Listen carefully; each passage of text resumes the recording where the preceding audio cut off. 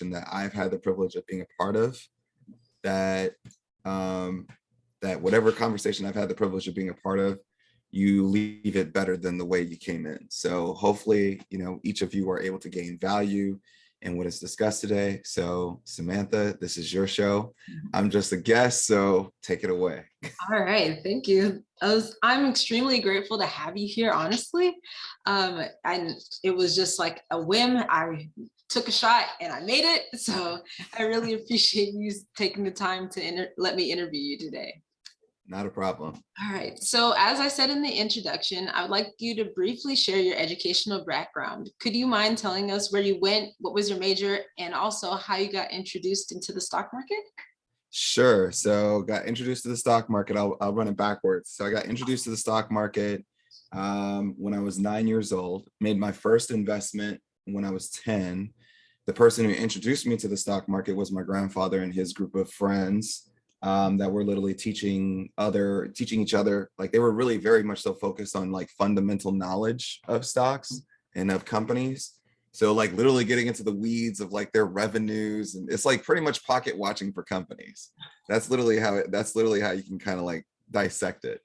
I actually discovered it by accident. I think a lot of folks know that story, but if you don't, pretty much I was lured in by my grandfather's like dope selection of donuts. It wasn't Girl Scout cookie season, so clearly the next thing is donut season.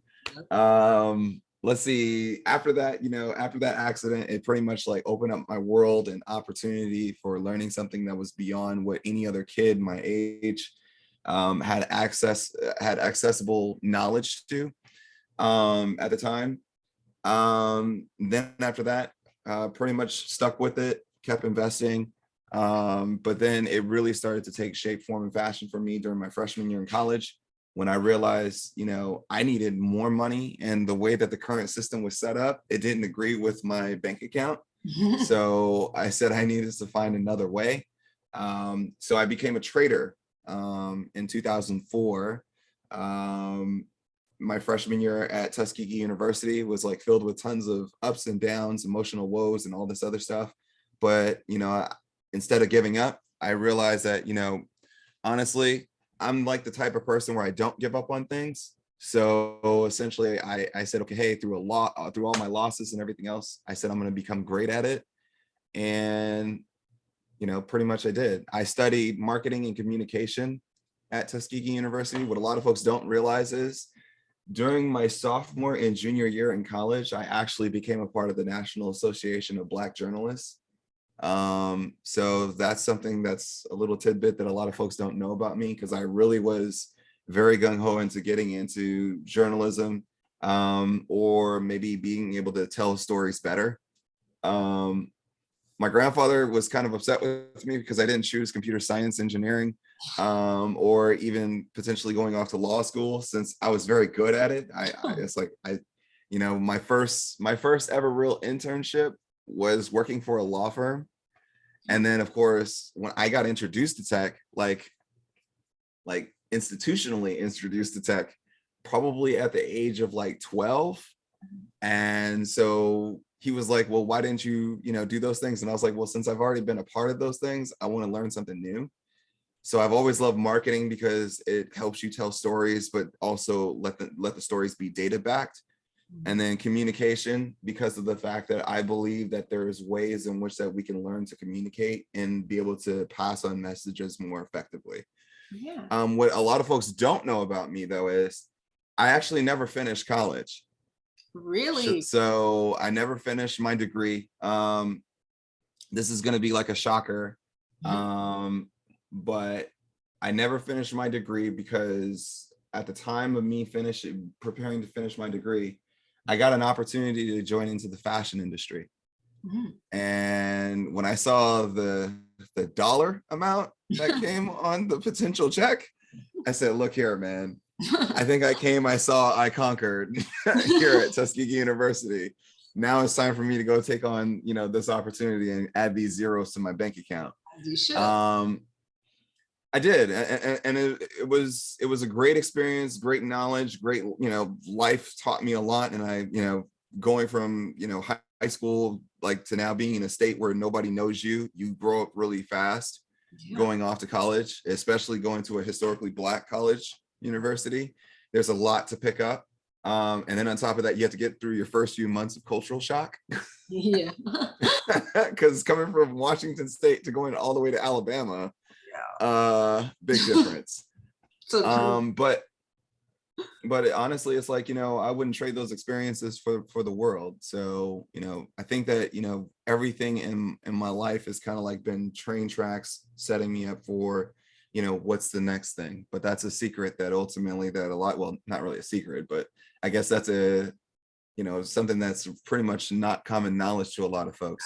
I didn't walk across the stage. I was in my senior year, finished all my requirements, but I didn't actually go through the process, which you have to actually go through the procedures to actually file for your graduation, and I just skipped it. Yeah, I mean, it's like that's the way that your life was meant to be, because look at where you are now, right?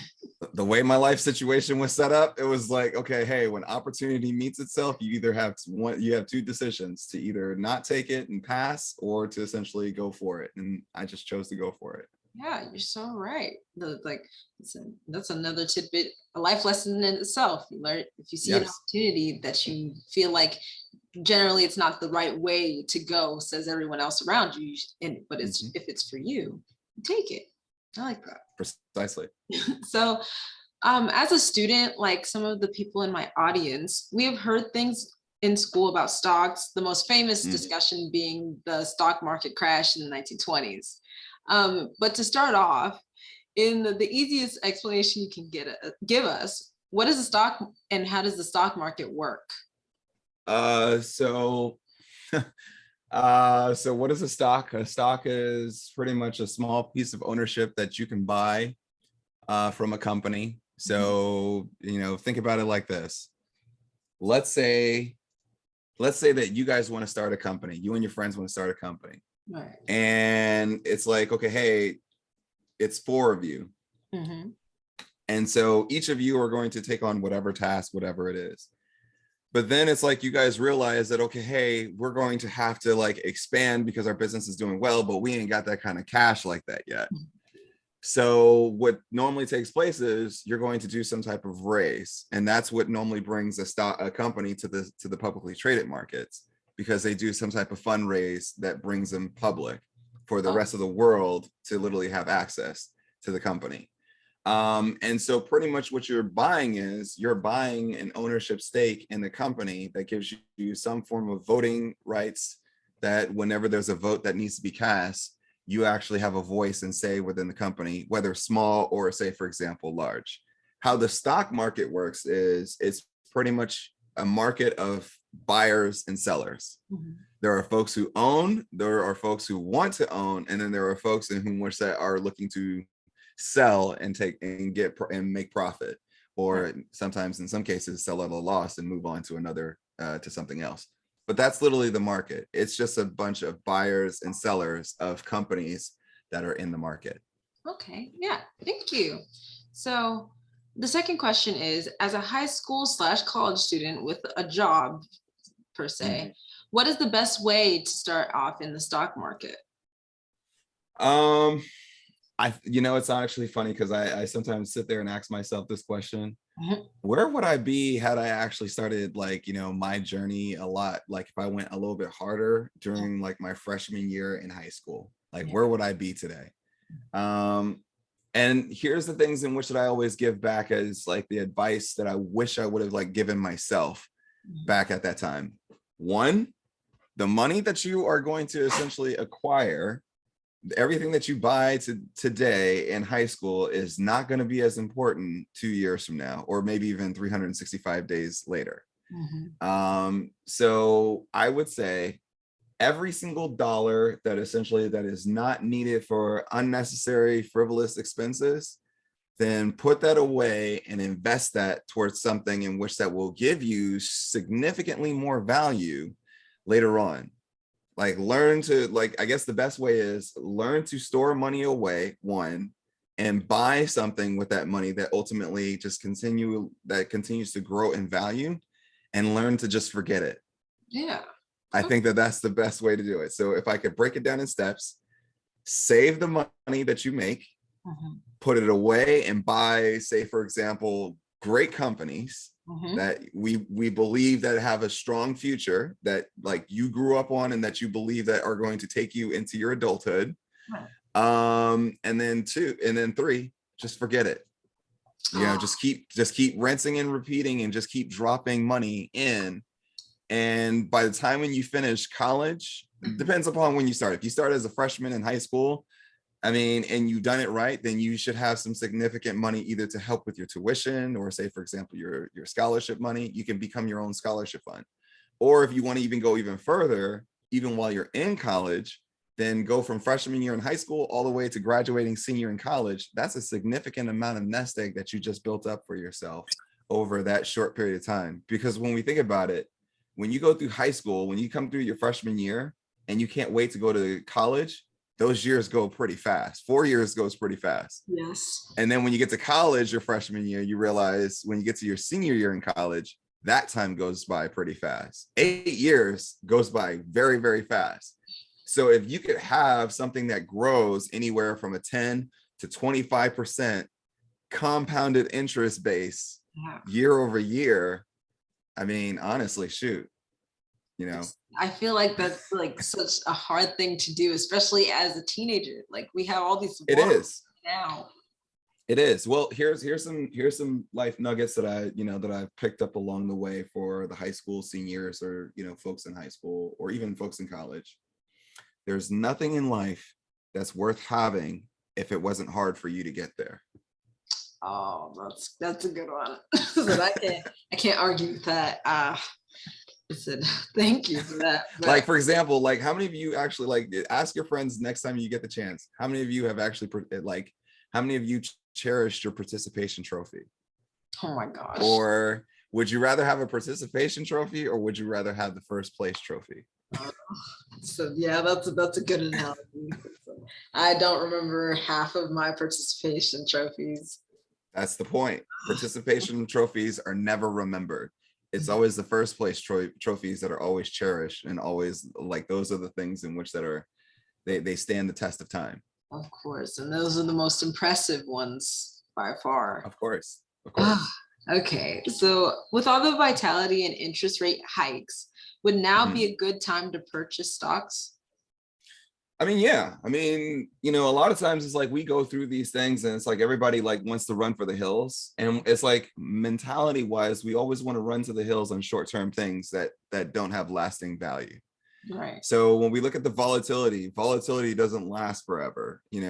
Companies don't stay down forever. Like they're strategic, they grow.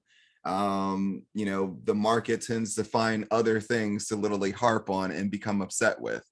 Right. What you go through in the market is, I like to call them, you go through seasons, Mhm. and seasons change. But at the same token, when seasons change, they produce so many opportunities for the next wave of folks that are coming in.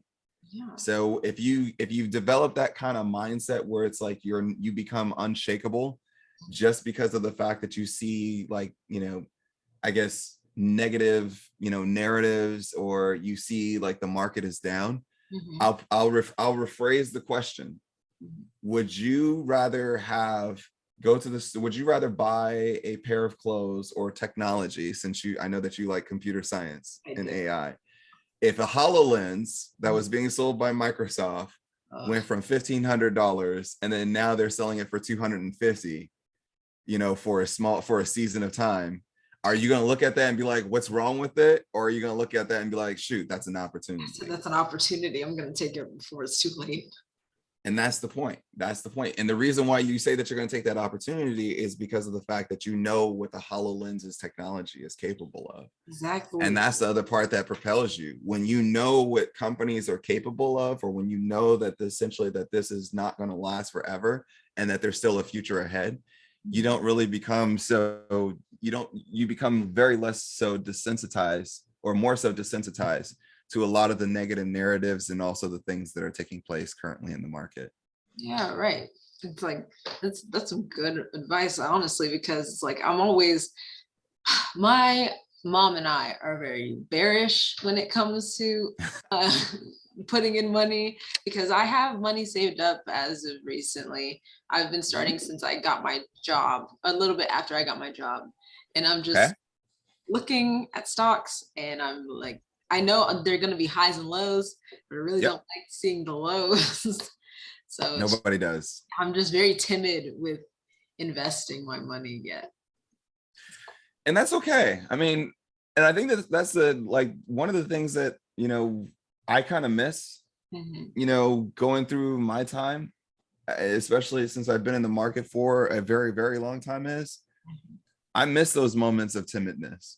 I Mhm. miss those moments of fear. Like now it's like, it's just, it's very systematic. It's like, and I think that for me, it's like that novelty factor wears off. But for you, it's like, you're just getting started. Your journey is just beginning. It's like you look at it as if it's like there's this mountain that stands in front of me that I have to climb, that I have to get to the top.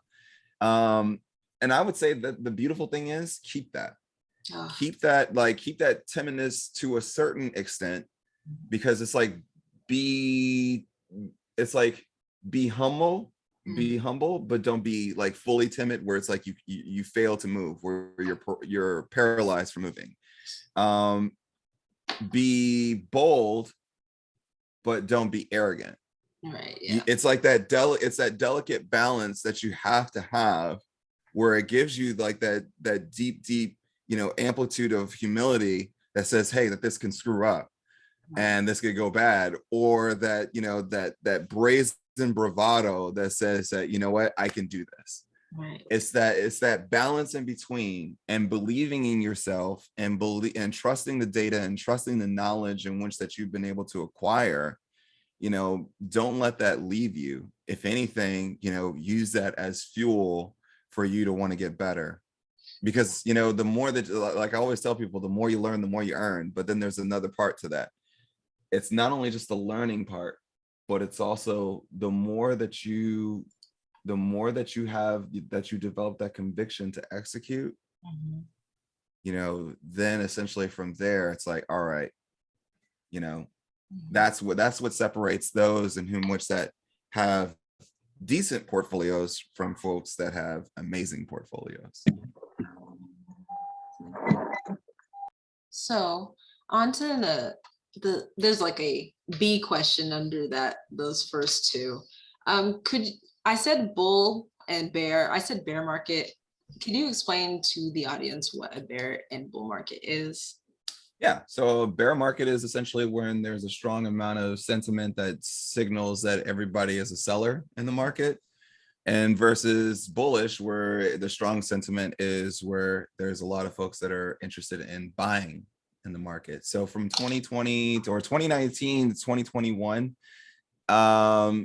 we saw a significant amount of bullish sentiment.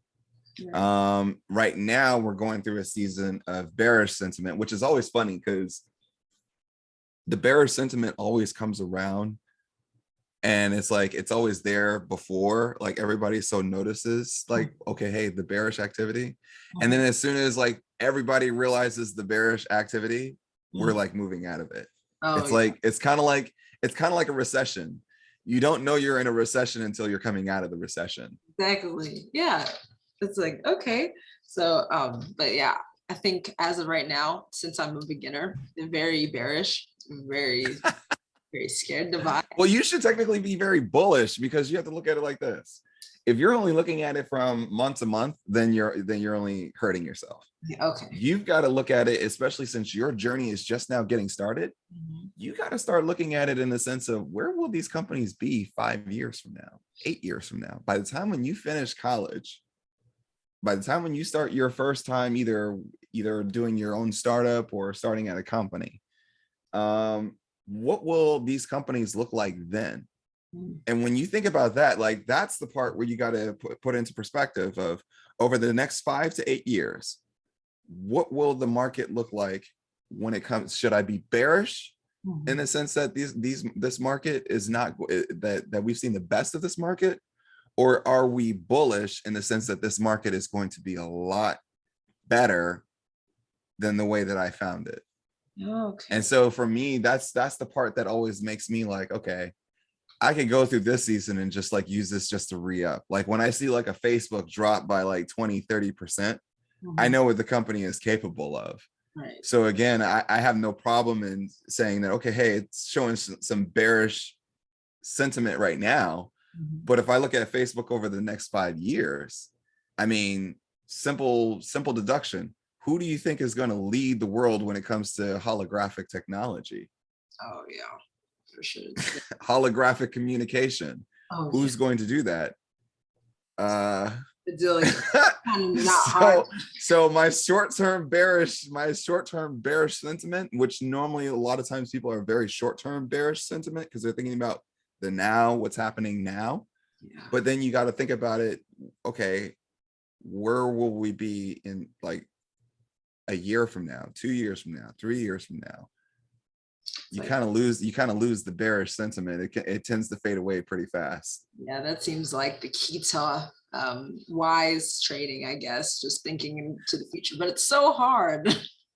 Uh, no, I mean, just I guess the best example that I can give you is focus on becoming a futurist. Mhm. Just focus on the future. Like most technology companies. If technology companies focus more so on the now, then they wouldn't be executing on the type of levels in which that we see them execute. Health companies wouldn't be executing at the level in which that they should be executing. If Right. they only focused on like what's happening today, then there was no way possible that they'll ever be successful. So You that's know, you got to if you only focus on what's ahead of you over the next 3 months versus building your company over the next 5 years and mhm. achieving some type of road or working off of some type of roadmap strategy, then you're doomed to fail. Okay. Yeah. All right. Thank you. Yeah, So we're gonna move on to the third question, and let's it's do it. a pretty simple one. It's like, do you need a lot of money to invest in the stock market? No, no, you don't. So, I mean, a simple start of $25, mhm. you know, let me pull up a calculator here because I love calculators.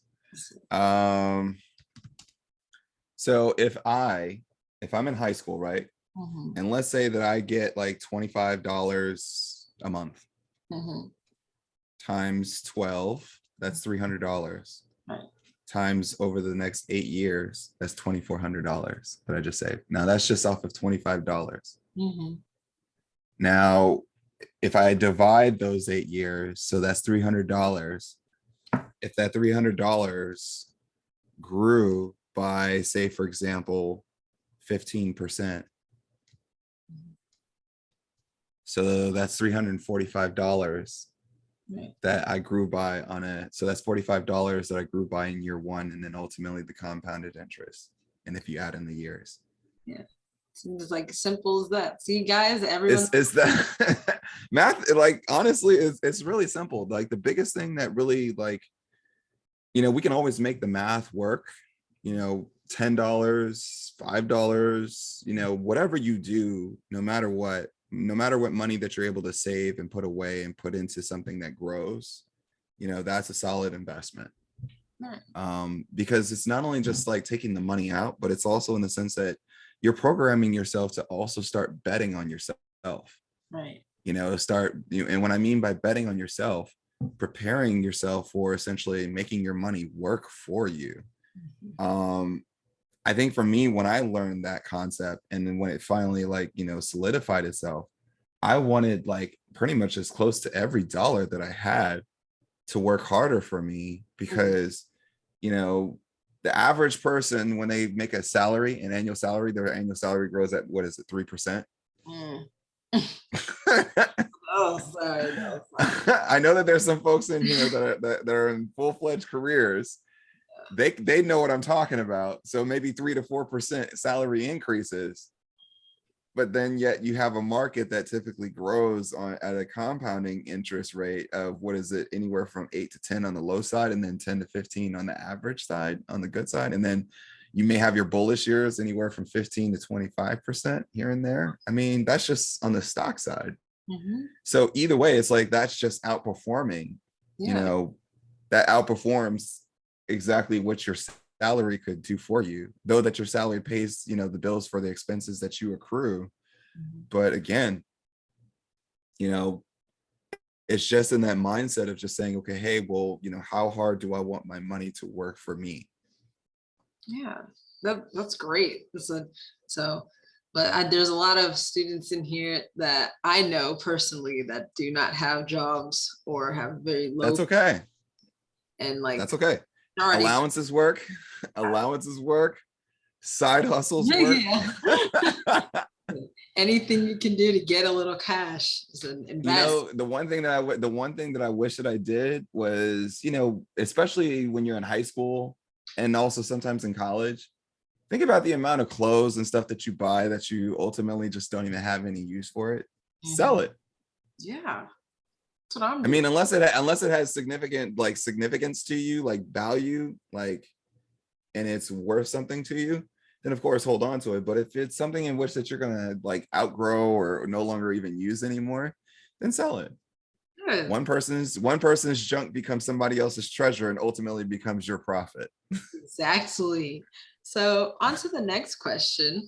On the Come Up series, you talk a lot about EFTs, the EFT specifically Oh, XLY. ETFs. Yeah. ETFs. Oh yes, I'm sorry. ETFs. It's Sorry. okay.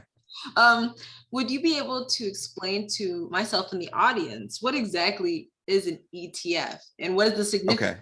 of XLY and XLK ETFs?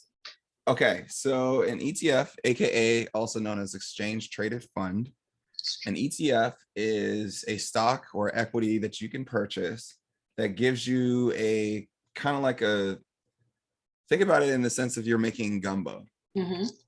Now, gumbo isn't just made up of one specific seasoning, one specific ingredient, but it's a lot of ingredients that makes one of the most delicious dishes that we know. Mm-hmm. Um, and if you're not a gumbo fan, then there's also jambalaya and there's any other dish that you could think of, right?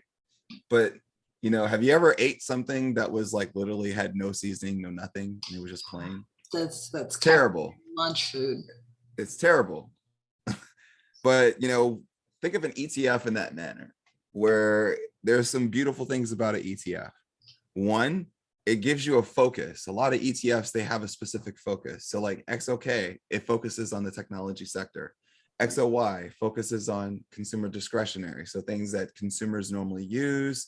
It's that type of sector.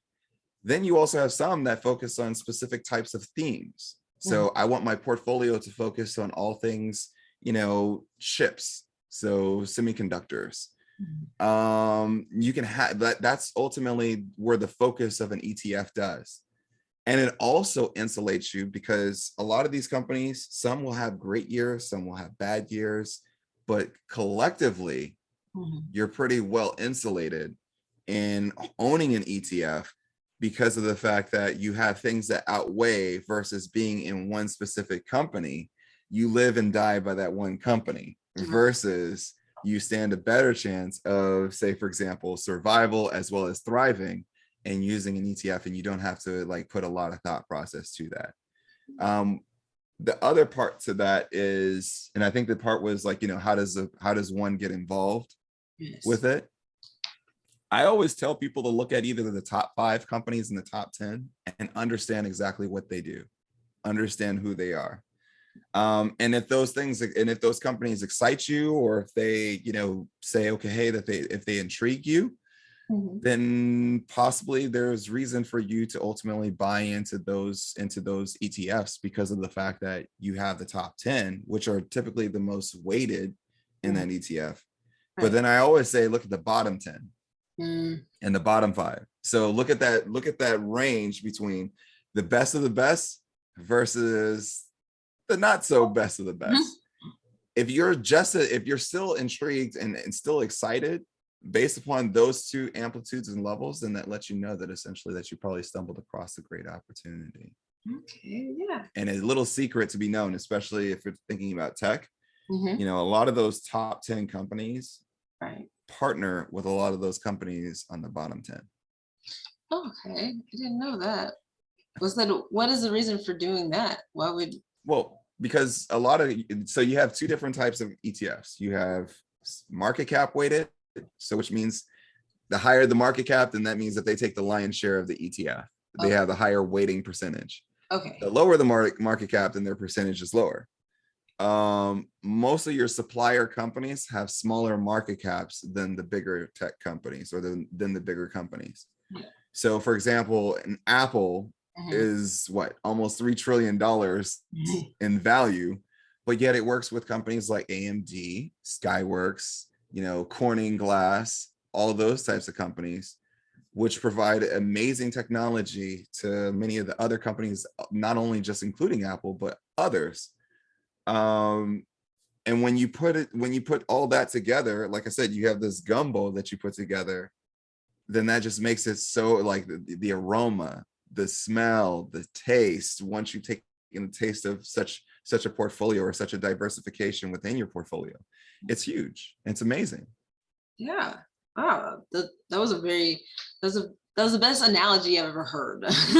I'm working on my analogies, people. I really am. Yeah, like, that made it so much easier to understand. So Yeah, just think about it. If it's not gumbo, think about soup, think about like any type of food related item.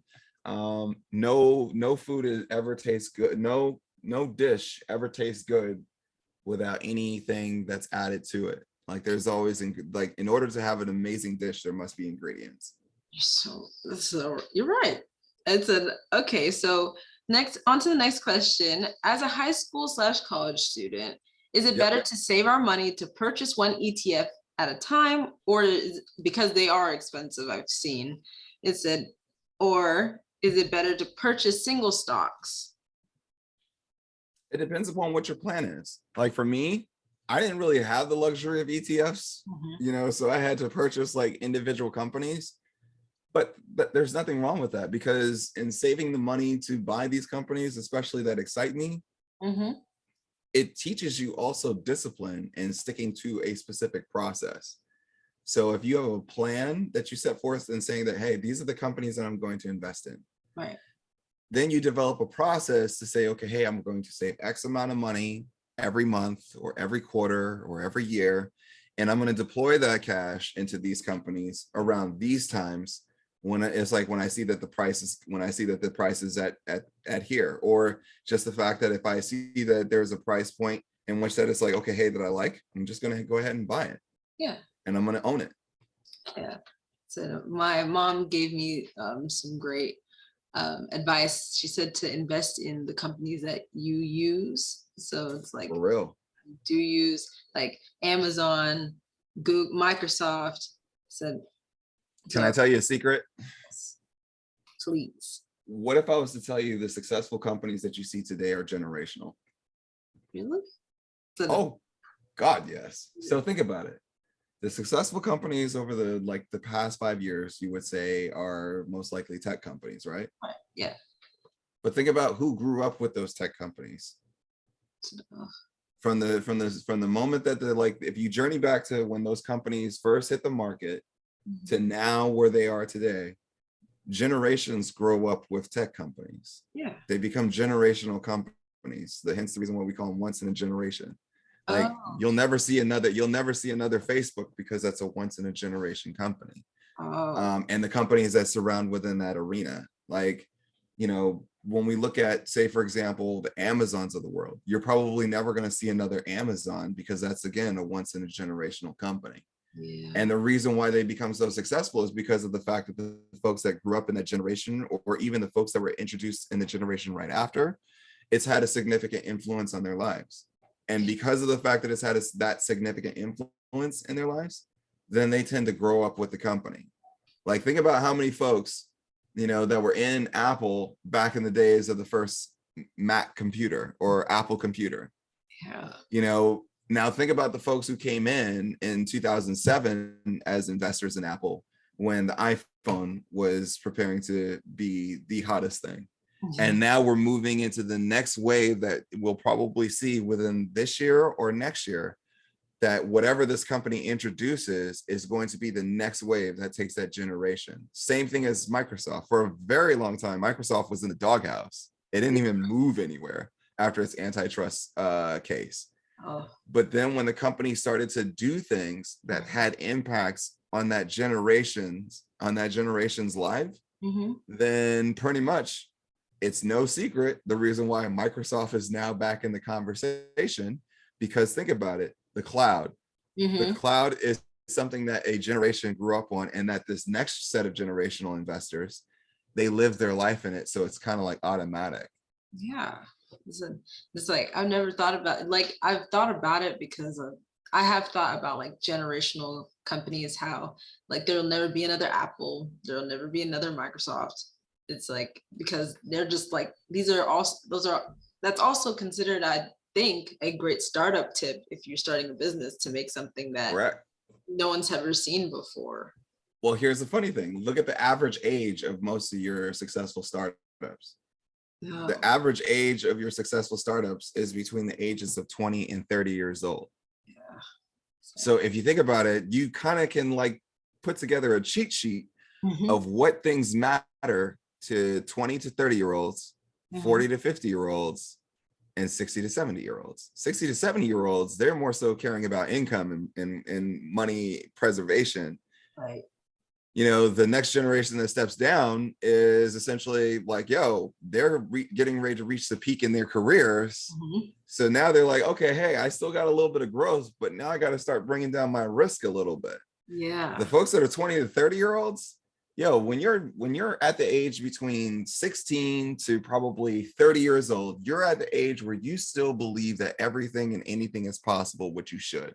You can go create, you can go literally, you know, innovate and bring any idea that comes to your mind into the world. Right. Because why? It's like, you know, one, we've had the college, which was the procrastination from the real world. And then on top of that, it's like, yo, we're at our very peak point of seeing what's happening across our peers, and we're able to spot problems and say, okay, hey, these are issues that must be resolved. Right. So it doesn't, like, think about like the startups today that will one day be the publicly traded companies of tomorrow. If they're not acquired, you know, what will their impacts be on the next generation that will flow? It's almost like, for example, like electric cars, like there's Correct. And like they're probably over a good amount of time going to be the next big thing. So it's like they are now. I mean, think about where we are now. Tesla, it's like, so you might as well start now investing into those like electric car companies, or at least the ones you were successful. All right. So yeah, so I mean, that's really where we come down to it. It's like, yo, look at the things in which that have impact on your life. Right. Think about the conversations that matter to you. Yeah. And you'll find that in those conversations, then start asking, based upon the conversations of what I just had, what companies are doing what I'm talking about right now, or, you know, who's on that type of horizon. They're an investment opportunity. Yeah. Okay. Thank you once again. So on to the next question. It says, Mark, I happened to see an article that piqued my interest. It was about how, as of 2021, the Black spending power has hit a record of $1.6 trillion. Yes. But our net worth as a whole has dropped 14%. What are your thoughts on this, and what should we do about it? We need to stop being the top consumers. He said, where should we be? We obviously should be moving our money into something that will help us create generational. That is correct. That is correct. We need to be more investors. Like, you know, think about it. We influence the culture. We are the culture. Like, anything that ultimately passes in the world comes through us. Right. It's kind of like, if anything is going to sell, it's got to come through our culture. Right. If it doesn't pass through our culture, I mean, think about it like this. Like, you know, why are platforms so widely successful? Because of the fact that there's a strong consumer market. We are the strongest probably consumer market amongst many of the other in comparison to any of the other cultures out there. We consume. Right. But now if we just channel our minds to think a little bit differently, to say, okay, hey, we could still consume here and there, but we know culture And instead of like people coming in and taking from the culture and monetizing off of it, then why don't we create and then essentially monetize that from the folks in whom which they're going to take from, that are going to want to take from us anyways. Right. If we start doing that, then essentially that changes the entire landscape. And realizing that essentially we go from being the top consumer to being the top maker, and then ultimately being the top seller, and then turning other cultures into being the top consumers of our culture. Like, because they're already going to consume it anyways. The thing is that we just need to find better ways to build business, build and monetize. And then on top of that, take the money that we earn from that monetization and invest it wisely. Yeah. And a vast portion of why that's a struggle, which is one of the challenges in which that I face, you know, over, like, I would probably say over the last 8 years, is literally just getting that conversation to like sometimes happen without folks feeling some kind of way about it, or people get, you know, my chest feels tight when I have to talk about my money to other folks that could potentially judge me in the room. It's like, you know, whether or not a person judges you, it doesn't mean that, like, if a person judges you, your bank account is still going to read the same. Exactly.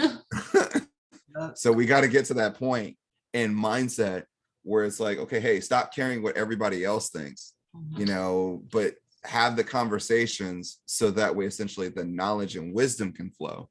And I think that it's not just on young adults, but it's also on older generations as well, to be open to share the areas of their mistakes, share the areas of which that they've learned, share the knowledge in which that they've had that has made them successful through the years. Because then when that knowledge is able to like literally circulate within the culture, then it becomes different. It's a different conversation. Like, just think about like where we would be if those conversations about financial literacy, about investing, about becoming more entrepreneurial and creators, and then being able to take what we do from our entrepreneurial spirit, or even just our 9 to 5, and turn that into something greater with the capital. I mean, imagine where a generation would be today. Imagine where you would be today. Yeah. Think about how many Black scholarship funds would be handing out full ride scholarships. You know, think about how many programs out there would literally be hiring and paying top dollar. Think about how many communities would look significantly different. Yeah, it's like it's a great thought, like to try to have like what we could have done if things were different, essentially, for us. And we can now. We can. I mean, you have to think about it like this. When I first started trading and investing, think about how is it that I was able to acquire information. I had to like literally subscribe to a newspaper. And by the time when the data got to me, it was technically already late. Like, the tickers would be found in your business section of your newspaper. And then it made its way to the internet. And then it made its way to like the fact that you can learn about these things, not only just in the college classroom, but you can Google it. And then like, just think about how much easier the information is becoming more widely accessible. Now, the question is that though that this information is becoming more widely successful or accessible, and people have access to it, the question is, why is it that we are not like partaking in the information? If you think about everything that we as a people, that once upon a time was not our arena, but now we step into the space, it becomes our arena. It's not even just like in the sense that it becomes our arena that where we thrive in. It becomes the arena in which that, if you think about it, you know, we literally set the tone for everything. And so far we've done well in sports, entertainment, we've done well there. It's time that essentially that we do that in business and finance. Yeah, and yeah, that was great. It was also, that was just a thought. It's almost like the biggest opponent you have is yourself. You know, True. the only thing that's holding you back is yourself. So once you get over that the fear and like, or just because we have the information to us, it's just who decides to use it and benefit off. That's really it. So on to the next thing. Okay, so Mark, listen. My mom is very strict about this 70-30 thing, Mark. My mom, I have to pay for myself now, Mr. Monroe. You have to what? I have to pay for myself now. So I have to pay for my own hair and my own nails. So I'm not even wearing nails anymore right now. So because I can't afford, like. Can I ask you a question? Yes. Did you ever really need them in the beginning? But they're so pretty. Come on, Monroe. Can you make them pretty yourself? So much, I don't have time. Really? I Oh, don't have time. don't. Well, I have a question. By you saving anywhere from 25 to, let's say, I mean, I'm gonna say from you saving anywhere from $25 all the way up to, let's say, $50 to get your nails done, or let's say, yeah, that balance. You taking the time to do your nails and saving that money, what is it what else would you be doing with that time that you say that you don't have the time to do? So probably other productive things. It's like self-care is important, right? True. Exactly. True. But that's what I'm saying. But you have to make that investment as it pertains to within your time to do it. You don't have to. You don't, like I always tell people, never subsidize winners for losers. Mm-hmm. So if your time is worth more than, say, for example, the money that's spent, and if money comes second, then ultimately spend your time in taking the time for self-care. Mm-hmm. And essentially you can do self-care because of the fact that, think about, like, if you do, once you get good at doing your own nails, mm-hmm. and not having to pay for somebody else to do it. Right. How do you feel about that? Because now you gotten good and you save time because you're taking time for yourself, and then too you save cash at the same time. Said in the chat, so like that was all I was coming at you for. I said I had. Oh, what is the 70-30? So pretty much the goal is that when you get to a point, and it's like pretty much it's a mindset above everything else. 70% of what you make should ultimately be used to invest in your future. 30% is used for your expenses and everything else. Frivolous expenses, try removing as much of that out of the equation. Now, if it's something that leads towards your self-care, then there's value there. Mm-hmm. Everything in this world comes at cost and has some type of worth and value. And then you're gonna spend it in time and in cash. But time is going to be worth more because of the fact that once you spent it, you can't get it back. Do you see what my mom, what she's saying in the chat? She's saying no more Starbucks, none of the good stuff. Oh, well, I mean, hey, Starbucks isn't going anywhere. Starbucks isn't going anywhere. Yeah. But it's like I'm not the person to say, okay, hey, create, like, let your life be created as a, you become in a mental prison and saying the things that you can't do. Don't think about the things in which that you can't do, because if you focus on the things in which that you can't do, you will have very little impact on your life. Right. Instead, stop focusing on what you can't do and then focus on the things in which that you can do. Yeah. Focus on the things in which that you can do and that you can create as possible.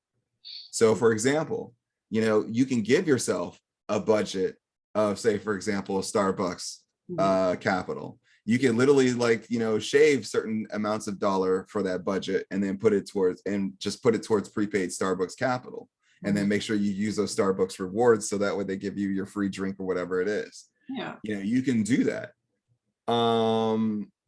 You can find other arenas, but to say that, okay, hey, I just can't do this, that's just, yet again, just building up walls against yourself. Yeah, just focus on the things in which that you can do that are innovative and ultimately that lead you towards your ultimate goal. Because I guess that's the question to ask you, what is it that you want with your life? Yeah. So would it be better to say I invested in a Starbucks stock or something, and then I need to pay it forward and pay for Starbucks? Isn't that way helping myself? Can be. So he said it's gonna vary based upon you, though, because again, your mom can give you the fundamental tracks in which that she sees from her vantage point, and you see things from your vantage point. The question is, it's going to come down to you personally, because the question is, what is it that you value? What are the things that you would like to accomplish? How fast do you want to get there, or how slow do you want to get there? Right. Every decision that you make comes at a cost.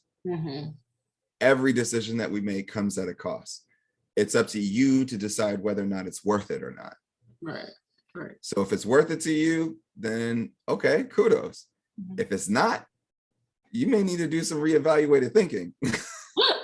Yes, that is, you're so right. Okay. So, but my mom's on here, so she's hearing everything you're saying. So Fair. Like the one thing I appreciate about my grandfather is my grandfather would always give me, knowledge and wisdom. But the one thing that my grandfather always did was he always said, okay, hey, you take the wheel here. right. I give this to you. Now you take the wheel. Now, the thing is, though, that I couldn't do with my grandfather, though, is I couldn't come back crying tattoo tears to my grandfather saying that, hey, I ain't got this or something like that. He was like, hey, I gave you X amount. What did you do with it? He said, "What you do after that is What you not." do after that is, it was a fine line. What he always said is, I'll help you. I'll give you knowledge. And sometimes it's like when the value is deemed worth it, then essentially sometimes I'll pay you. And he was like, outside of that, he was like, yo, the decisions that you make, that's between you and the God you serve. Listen, thank you for that. So on to the next question. As of 2021, the CNBC has reported an average debt of an American to be $90,000. With this, can you explain to the audience the importance of living debt-free or the benefit of debt-free? Well, yeah, there's definitely a benefit of living debt-free. There's different types of debt also, because if you notice, folks that are wealthy, they borrow a lot, and it's all about capital allocation. Right. Which I'll probably end up and have to turn that into an actual episode, so that way people can, really truly dive deep into that and understanding. But simple things as it pertains to debt. The reason why is because of the fact that, one of the reasons why not having as much debt, or ultimately having a delicately low balance of debt, is important, is because of the fact that you don't ever want to be denied based upon something that's another account. You don't want to create barriers as it pertains to the things in which that you may need later on.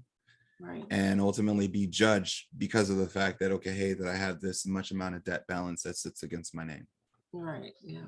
The biggest thing is that, it's also a mindset part of, you want to be more of an owner versus being a person whom which that is, in debt to somebody else. That's all right. Because I feel like being in debt, unfortunately, in America is like a new normal. Like it's normal. It is. It definitely is a new normal, and it's an unfortunate new normal. In which that, many times people sometimes feel paralyzed, or they make decisions based upon the debt that they have. Mm-hmm. Now imagine, who do you think makes the better decision? The person who makes the decision out of fear of the debt that they already have, which could possibly say, okay, hey, I can't do this because of the fact of my debt. Mm-hmm. Or the person in whom which that looks at it and says, okay, hey, I'm going to focus on being debt free, and then ultimately at the same time build opportunities for myself. Right. It's many times it's like we struggle with these things, and it really starts in the mind. Right. It really starts in the mind. The greatest battlefield that you'll ever fight is right there in between your ears. Okay, so Mark, I know your specialty is options, but I also know that could be more advanced for the average beginner. But do you mind briefly explaining what they are? I heard you called it the new math.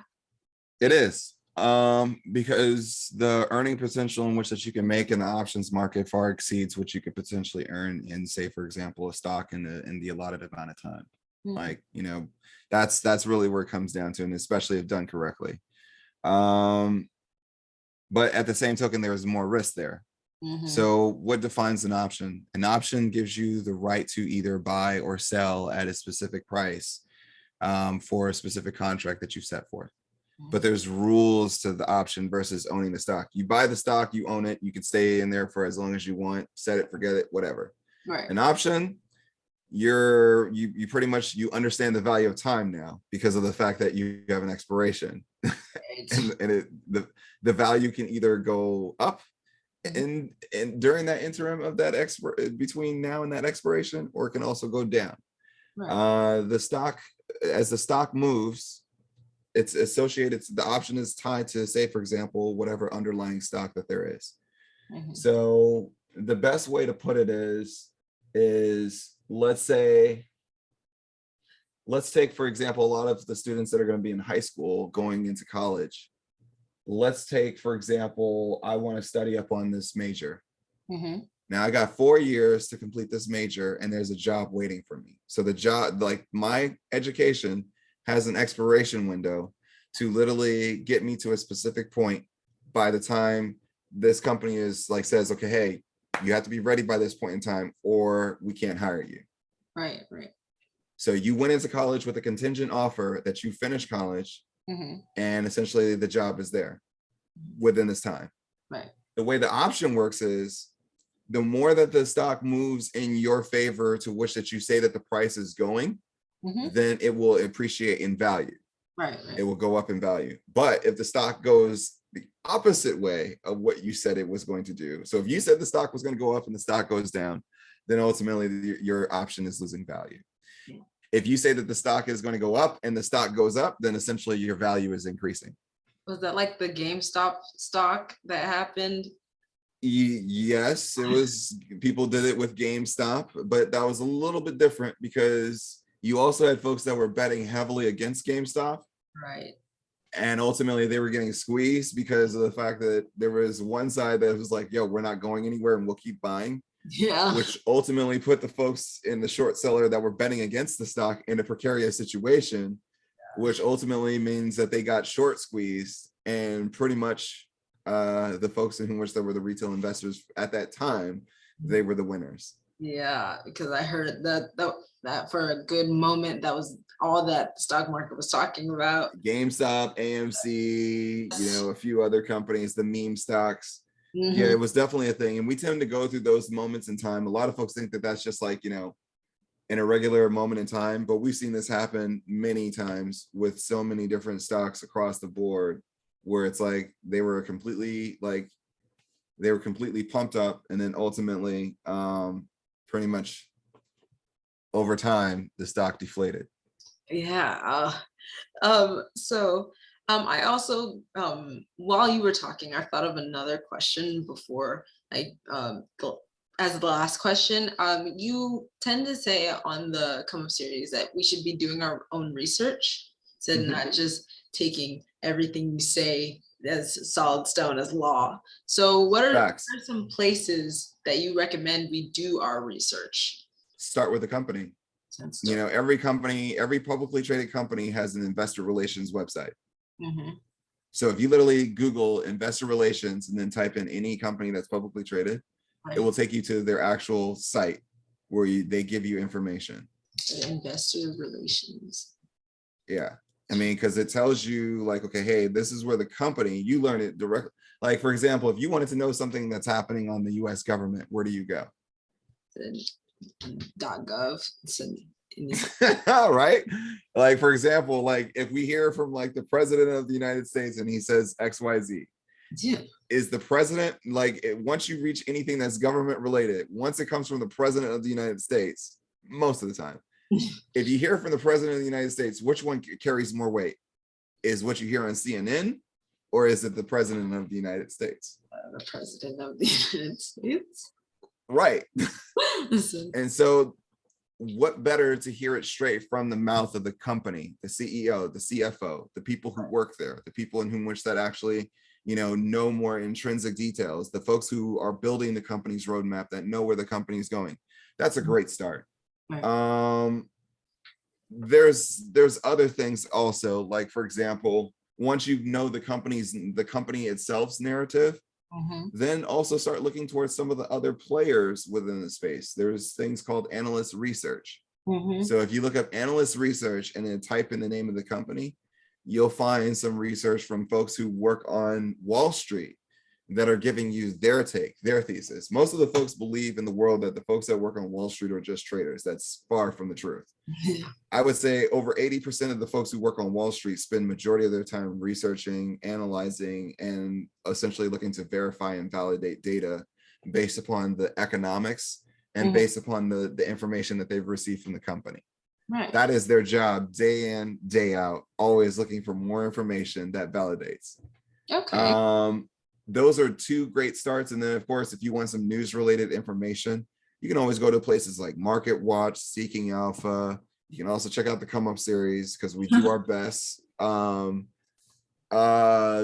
can also check out, another thing that you can do is you can check out, if you have an Apple iPhone or a Google phone, you can literally you can literally use Google News or Apple News, and it literally puts together information on specific topics that are probably related to the companies that are in those sectors or in those markets, to give you a full picture of not only just the company, but what's happening in the surface area that they play in.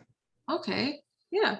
Thank you for that. I wrote down some good notes for me. So all right. So I know your series is primarily to help our family come up, hence the Come Up series. So could you give us advice on how to pay it forward to people who couldn't make it today? The way that you pay it forward is just essentially just continue to keep like spreading the message, spread on the information, share your story, share your journey. That's ultimately the way, when you see that somebody else wants to learn, start with your journey and teach them what is it that you've learned, teach them what you know. Right. Share with them the same resources that I've shared with you. That's the ultimate, like, it's not like that we always put like significant requirements on paying it forward, but it's like it's the simplest things that carry the biggest amount of weight. Your story will probably be greater than my story because of the fact that you're living and breathing and the person sits right in front of you, versus me. The only thing that they'll probably, in many cases, they'll probably only see me through a screen, unless when we decide to do a live event, and then ultimately you see me there. Yeah. But yeah, I mean, your story is probably going to be greater because they know you. They know you better than they know me. Right. So start sharing your story, start sharing your journey. You'll be surprised that essentially that your life will always be probably the greatest book that your friends or the folks around you will ever read. Right. So thank you for that. So we are coming to a close of the questions. So before we open up the floor, Mark, would you like to drop any more gems, by any possible gems that you secretly know, any more secrets that could help us be more financially responsible today, tomorrow, and down the line? Here's the gem of all gems. There's no secrets. There's no secrets. There's no crystal ball. It's just research. It's just research and execution. That's it. There's nothing extra special about me. Everything in which I can do, each and every single person in this room can do. All it takes is just a matter of like, pretty much an investment of time, energy, resources that you may have that you can use. And ultimately you can do the same thing. When it comes to the knowledge, the reason why this knowledge comes so easy to me is because it came with practice and practice and practice and learning and learning and learning, and then ultimately executing off of what I've learned. Some things, the greatest, there's a lesson learned in every L. So, I've taken I've had a lot of lessons, as you guys can see, from a lot of the things that I can teach and that I can share. Yes. And that just goes to show that essentially that, my work is not yet done, because even now I still, have lessons learned, heavy lessons learned that I take. But yet, honestly, just be the best researcher, be the best investor or trader, whatever it is that you choose to do, and really just be committed to it. Like you're gonna like, there's gonna be quite a few things in your life that you're gonna commit to. And if this is one of those things, give it the necessary attention and the respect that it deserves. That's all. All right. So thank you so much. So now we're going to open up the floor to the chat. If you guys have any questions, please do not hesitate to put them in the chat. Mark would be happy to answer some questions. So everyone, if you have no question is a stupid question. So that is correct. So it's and if they want to ask their questions, they could just raise their hand, right? Yeah, you can. Yeah, you can raise your hand, and now that we're at the audience to interviewee part of our session, you're more than welcome to unmute your mic and ask your question. But please make sure you raise your hand first so we can get it in an orderly fashion, not have people talk over each other. Mhm.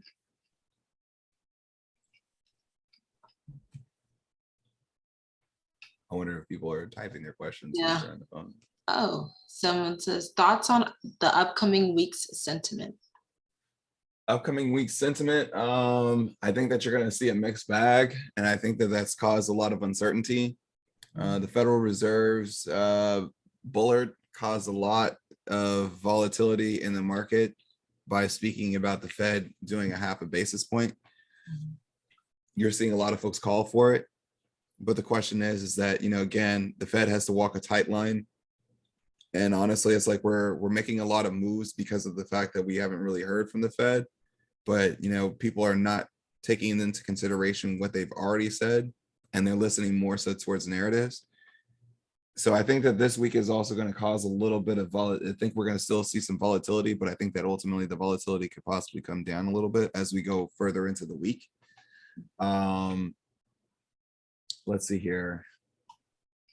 You know, sentiment this week starts off maybe, you know, mixed, and then essentially if we go bullish, that means that essentially that, you know, people kind of have like unwinded and they see that there's tons of opportunity within stocks that are oversold for no reason, no catalyst, no justification, versus we go bearish if we finally get some type of color on the commentary that really points to the fact that essentially that, you know, things are much worse than they are, than people expect them to be, or that they've said that they are.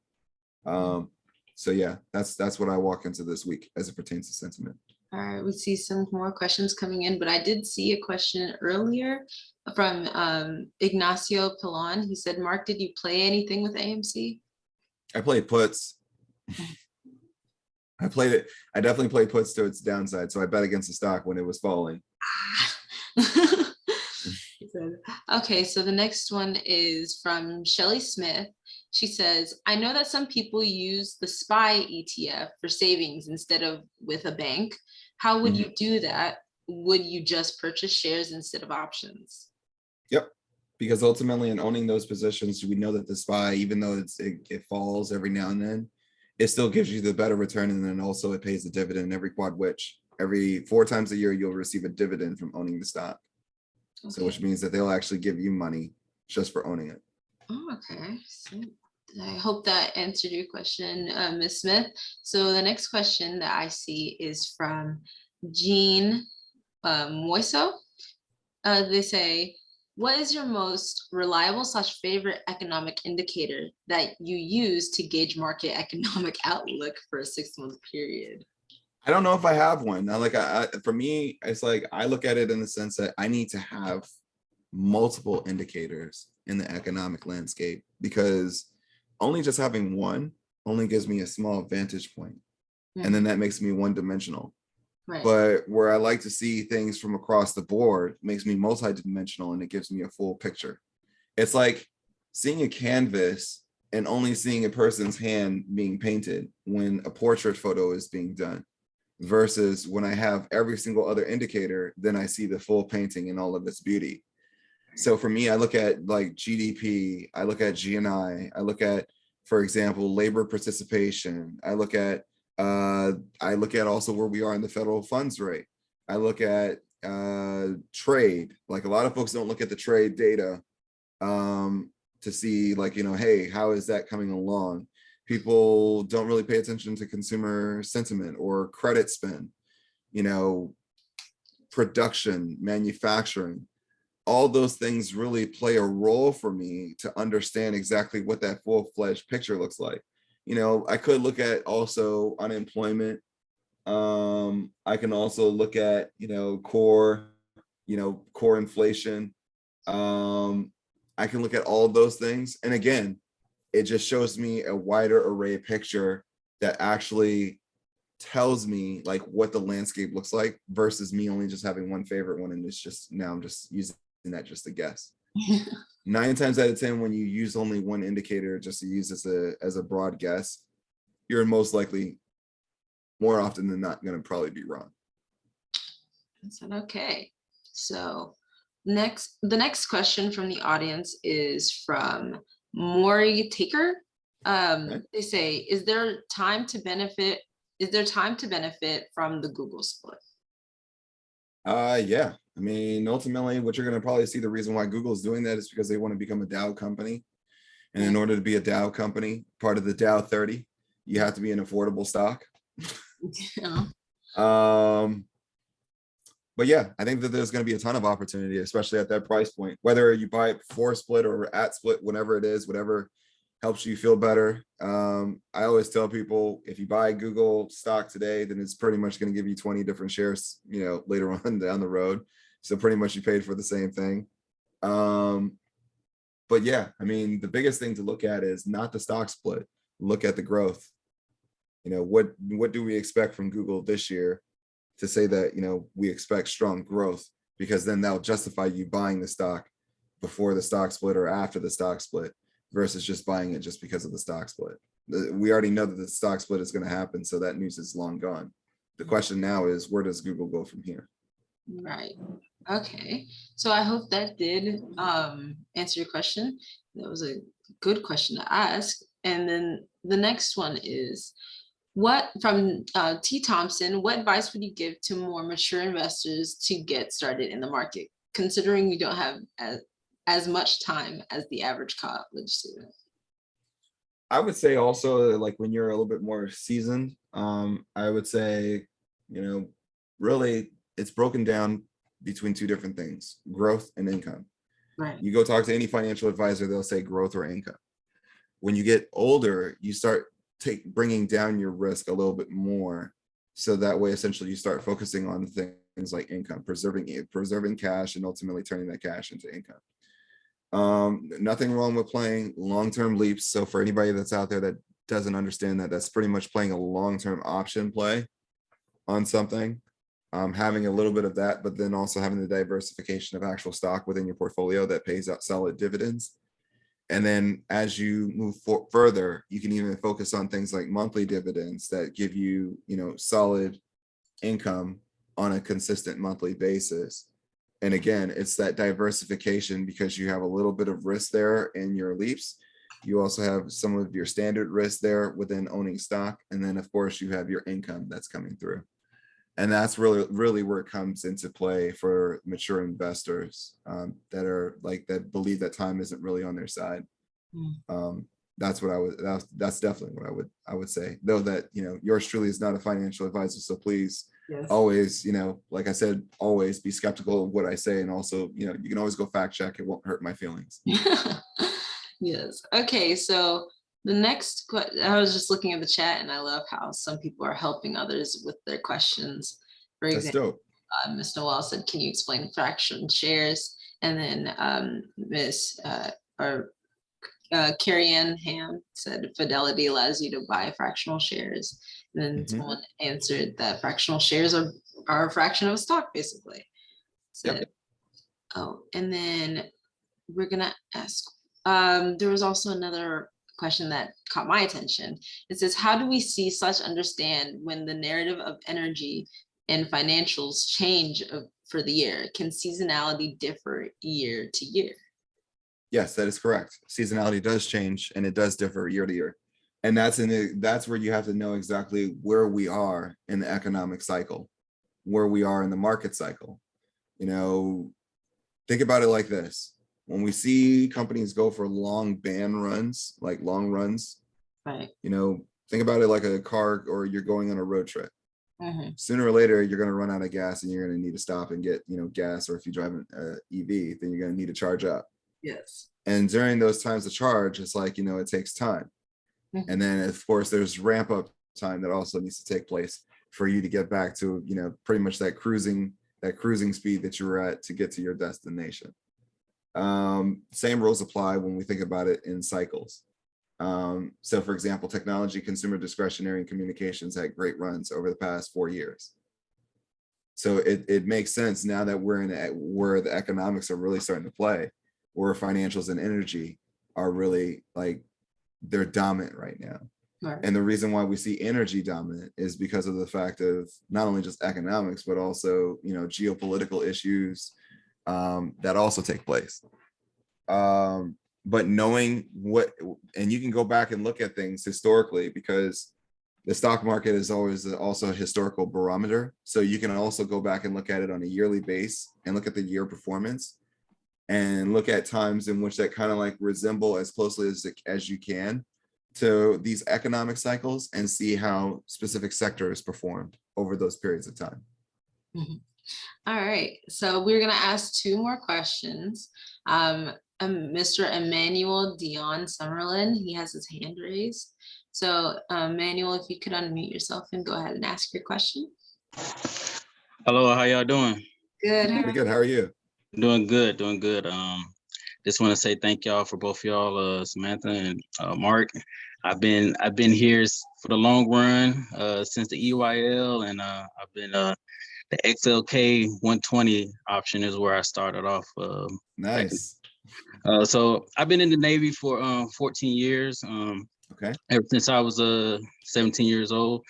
And I guess the biggest thing, like I said, on this journey that I've kind of learned about, with the tech and everything. I'm very avid Tesla fan. I was just trying to wrap my head around this thing with why is it that Tesla is not in the conversation when it comes to a lot of like the White House inclusion? Oh, the legacy auto? Yes. Is it more so because they're not in it? They don't have a union? Is it is that the biggest portion of it? You have to think about it, like, and this is where it comes to the money in politics. Who significantly was a significant backer of Joe Biden? A lot of unions were backers of, especially I think it's UAW. And right. Tesla is not a part of that. So again, it's like whenever you're not a part of that, political contribution or part of that political landscape, you don't get as much shine and as much love. And a lot of those UAW, company, a lot of that organization is tied to a lot of your internal combustion legacy auto companies. Mm. So, and then on the other part to that is that Elon has also gone on record to be very critical of Joe Biden's Build Back Better plan, which also probably didn't sit well. So again, it's like, you have to think about it. Everything in politics, there's always a little bit of theater to it. Why is it that Joe Biden stooped so low not to essentially just mention the best EV company of our time and probably will be? Well, sometimes in political theater, that's ultimately how it plays. But the people, the investors and everybody else know that Tesla doesn't need acknowledgement. Tesla, like, the proof is in the pudding itself. When people look at it, when they look at Tesla, the company across the board, and honestly, it's like, we've seen this before, where when Tesla was ultimately in the process of trying to verify and validate that there was a strong market for electric vehicles, the same type of scrutiny hit. And then here we are. I think that if anything, the more scrutiny and the more these types of things only validates Tesla and their mission and what is it that they do in their dominance even further. All right. Thank you. Yeah, I hope that answered your question. I hope you're satisfied with his answer. So on to our final question. On to our final question. We're going to, from Al Perez, they said, what other large or mega cap company do you foresee in the future? I know everybody wants to say Amazon. I know that they're wanting for me to call Amazon and say, okay, that they're going to split. And it's very possible that they could be the next, because we're running out of large mega cap tech stocks that could potentially split. So I'll cave and I'll finally just say it's Amazon. Okay, guys, you know what to do now. I'll cave. I'll cave and say that it's Amazon. Andy Jassy will. I think that he's still trying to prove that essentially that, hey, that, to the world that essentially, hey, you should recognize me, though, that I've been doing this long before Jeff Bezos stepped down. But, the world has to understand that he has to have a few solid good quarters first and prove that he can do what he can do in order for the stock to rise. But, you know, a company doesn't have to, like, I don't know if Amazon wants to become in the Dow. If they do, then essentially then you'll see that they'll do the stock split. But, you know, if they don't, that's fine, because, you know, look at Berkshire Hathaway. Their stock is worth like a few $100,000 a share, and they never split the stock. Which is kind of interesting because low volatility now, because who's all going to be selling $200,000 stocks? But I mean, yeah, I mean, I'll cave and say it's probably Amazon that will probably be the next stock to split. And okay, so this other question just caught my attention. This last question, we'll make it quick. Ms. Noel says, Google is going to split. Should students save their money for the split? Should I be saving my money for the split? Oh gosh. I feel like I just got baited into that question. I'll say this. You know, honestly, here's what I would say. For me, I would buy before the split, and here's my reasons why. And I'll give a reason why you shouldn't buy before the split. So I'll give them both reasons, and let you decide however you see fit. The reason why I would be a buyer before the split is because of the fact that, you know, one, the stock doesn't have to trade within range, and Google's still going to grow. So I would like to have some of that beta, and AKA that growth in the stock before the split. I'd like to have that. Right. That would be my main primary reason, because of the fact that I just don't want to wait till the end, because I could probably see that the stock is worth even higher by the time that it splits, and I could have had that return along the pathway. Yeah. Here's the reason why I would say you could possibly hold, because we could be possibly trading within a range for Google for X amount of time until it's split, and then the stock takes off. Right. And then essentially you're in the game with everybody else when it comes to making sure that you can buy X amount of shares. Right. So, you know, which one would you rather have, and how many would you actually still buy the 20 shares even if it did split? Because then again, if you do that, then technically you're buying pretty much the same that you would have bought for one stock. So, all right. So I hope so that will conclude the audience questions. So Mark, if you're good, we can end the session here. I would like to take the quick opportunity to thank you so much for taking the time to answer some of these informative questions. And for everyone at home, you can see more of Mark Monroe at more of Mark Monroe every Tuesday and Thursday at 7:30 p.m. Eastern time. Oh no, not Eastern time, Central Standard Time. And make sure to follow Mark Monroe on Instagram and Twitter at I am Mark Monroe, and Facebook at Come Up Cousins.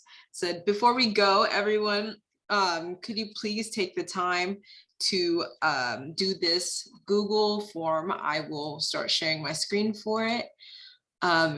I think it really helped me with my Gold Award to get some feedback, some information on how you guys think I did today. So let me just pull this up for you guys. Oops. There it goes. Screen. And while we're doing that, I just want to thank everybody for coming in to support Samantha and doing this activity.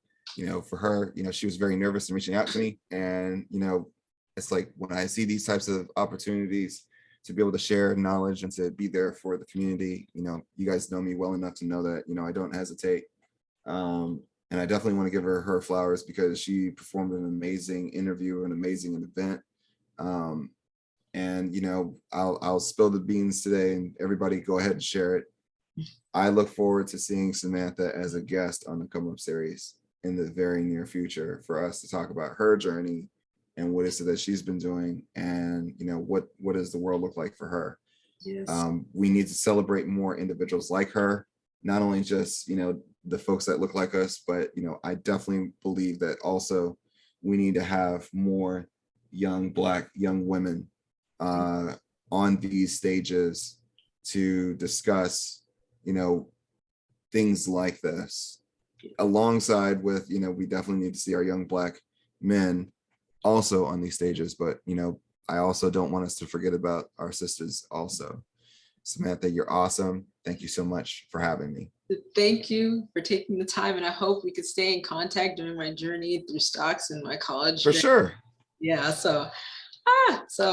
if everyone could please scan this and Oh, they said that they're on their phone. Can they get a link to the survey? I was going to suggest probably dropping it in having someone drop the link in the Come Up Cousins group. yes. So that way, if they took part in it. Okay, I can easily do that real quick for you guys. Let me just, yeah. Just give me a moment. But after this, it's what everyone's really here for. No one's really here for the football. We're all here for that halftime show that's about to happen. Well, it's actually funny because we actually have a Come Up Cousin that's actually dancing. Really? Is a part of the halftime show. Are you yes. I want to send a huge shout out to Noel. Noel, he is actually one of the dancers that is actually going to be dancing during the halftime show. So yeah, I've had the privilege of being a mentor to this young man. He's amazing. He's phenomenal. Has a heart of gold and loves to dance. He and his wife both are choreographers and dancers professionally. And so he'll be doing the show. I said, okay, so I said, thank you. I did not know that there was a Come Up Cousin that was going to be dancing for the Super Bowl halftime show. Just like we have a Come Up Cousin that's also going to be performing at Coachella, but that's for another day. Oh, okay. So I just dropped the link to make it easier for everyone. The link is in the chat, so please take the time to do this for me. It would really help to. If somebody can they drop that link in the Come Up Cousins group as well? You could just put it under the posting that I did, and then you can just put that one in. So that'd be cool. It'd be, if it's easier for you, that'd be great. So also while I'm on here, I'm also going to share this real quick here. So this is my little slideshow. These are my little tidbits for the kids that are in high school or under. So we need to get involved with outside organizations. These are my Samantha tips, by the way. So please get involved with outside organizations. It is never too late to get into extracurricular activities, things that could push you or advance you in your career path that you choose, whether young or old. Make sure, because it looked great on resumes towards college applications, especially towards internships or career paths that you want to do. Next, you should ask 3 teachers for your letter of recommendations with letterheads and signature. That is a big thing. Always have a letterhead. It's going to be the name of the school or the name of the district. There has to be a letterhead for it to be official, and a signature every year around February. You could start as young from 7th grade to 12th grade. If you are a little late in the game, that is okay. Just start getting those letter of recommendations. Trust me, from firsthand experience, it'll be a lot easier if you just get all that you need to know before it's due, before they're asking for it. So also keep a log of all volunteer hours and organizations. Most colleges as of right now are doing holistic views rather than if you have good grades, if your test scores are great. They want to see you as a well-rounded person, someone who's out there giving back to your community. As a Girl Scout, I've been doing that for a while. So please just, I know it sounds like it'll take up a weekend of your time, but it will be worth it in the long run. My mom has always told me that. I said, and please make it easier on yourself. I said, don't make it harder for yourself. Please place your achievement certificates, your awards all in one folder. If it's online, get someone to email you a certificate with a signature on it and a date. It would help you so much more in the long run. Said, also quick upcoming events. The next installment of the 3E project will be hosting Howard University, University of Alabama, and Texas A&M. It's someone who originally did undergraduate for University of Alabama and is now doing graduates in Texas A&M. And then there's going to be Baylor University and possibly Spelman College. For the people, so even if the older generation, if you have nieces, nephews, sons, granddaughters, grandsons, said please give them this information if they are interested in any of these upcoming schools, or if they just are curious. It said the upcoming discussions and the topics are I'm in high school now, what things you should know, and I'm in college now, what talking to recruiters to land those internships that you need. Said always plan for the future ahead, as Mark Monroe says. It said it's easy. I guess said, hold on, sorry. I guess as excuse me, sorry. I guess as a younger person thinking about the future that pertains to me now rather than thinking of the future when it comes to money is probably different, I believe. But if I could do it all over again, I would, with the knowledge I knew now, I'd most definitely be doing this. Question, Samantha. Yes. You're slated to go to college next year, correct? Yes, sir. This upcoming fall. Okay. So what school will you be matriculating at? I said the idea is I have gotten accepted to a few colleges, but the goal college is Texas A&M in College Station. Okay. Said. And so school, are you still looking for scholarships? Yes, I'm always looking for scholarships. Okay. I want to put it out there to everybody that's still here, that like to all the folks out here.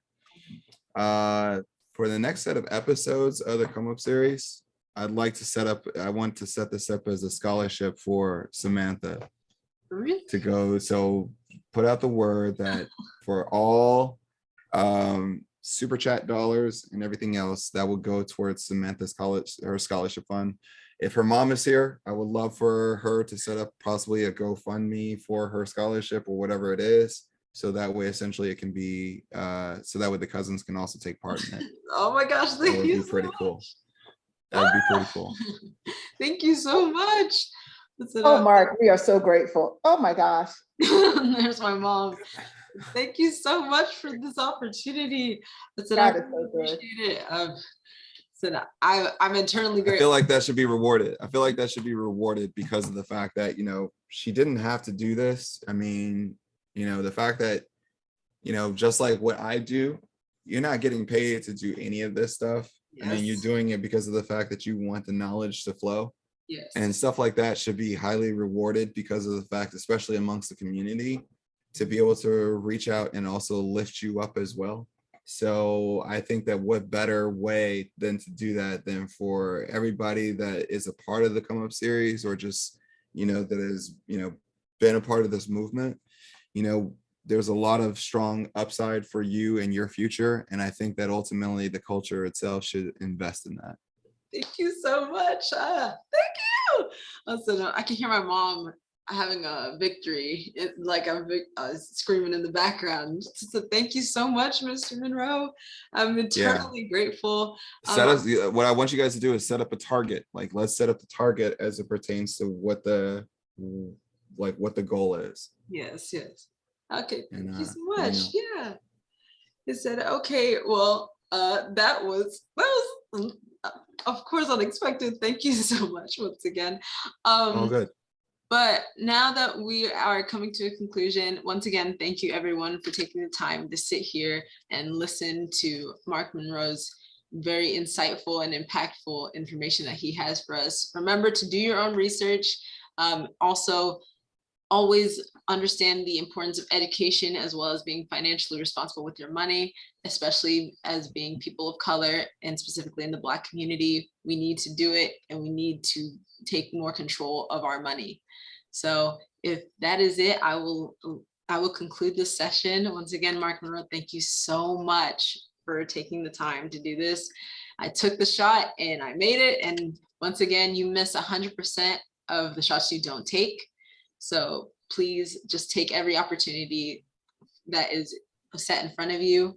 And if it was there for you, if it's there, it was meant for you. So I will be concluding the session. Thank you so much. And I will see you later. Bye. Bye, y'all. Bye-bye. Thank you so much for coming. Which one?